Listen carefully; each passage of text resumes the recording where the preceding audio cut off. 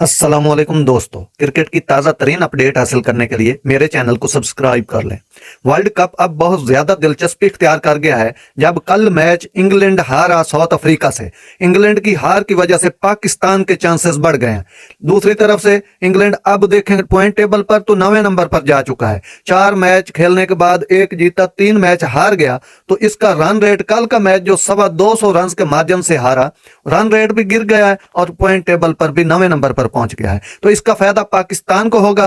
पाकिस्तान के सामने अब जो चट्टान बनकर खड़ा है वो है ऑस्ट्रेलिया, क्योंकि न्यूजीलैंड, इंडिया और साउथ अफ्रीका ये मजबूत हरीफ हैं। ये तो सेमीफाइनलिस्ट नजर आ रही हैं कि ये टीमें सेमीफाइनल में तकरीबन पहुंच गई हैं या पहुंच जाएंगी। अब हमारे सामने ऑस्ट्रेलिया 4 में से 2 मैच जीतकर, 2 हारकर बिल्कुल सेम हमारी कंडीशन पर खड़ा है। हमने भी 4 मैच खेले हैं, 2 जीते हैं, 2 हारे हैं। पॉइंट टेबल की अगर मुकम्मल डिटेल देखें, न्यूजीलैंड 4 में से 4 जीतकर पहले नंबर पर है। इंडिया दूसरे नंबर पर है, उसने भी 4 में से 4 जीते हैं। साउथ अफ्रीका तीसरे नंबर पर है, उसने भी 4 में से 3 जीते हैं, 1 हारा है।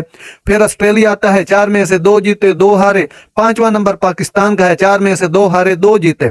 बांग्लादेश 4 से 1 जीता, नेदरलैंड 4 से 1 जीता, श्रीलंका 4 से 1 जीता, इंग्लैंड 4 से 1 जीता, अफगानिस्तान 4 से 1 जीता। यह पाकिस्तान के बाद सबकी एक जैसी स्टोरी है, बिल तरतीब जैसे मैंने पढ़े। तो नाजरीन, बहुत दिलचस्पी बन गई है वर्ल्ड कप में। मेरे चैनल को देखते रहें। अगर ऐसी अच्छी अच्छी खबरें सुनना चाहते हैं तो मेरे चैनल को सब्सक्राइब कर लें। अल्लाह हाफिज।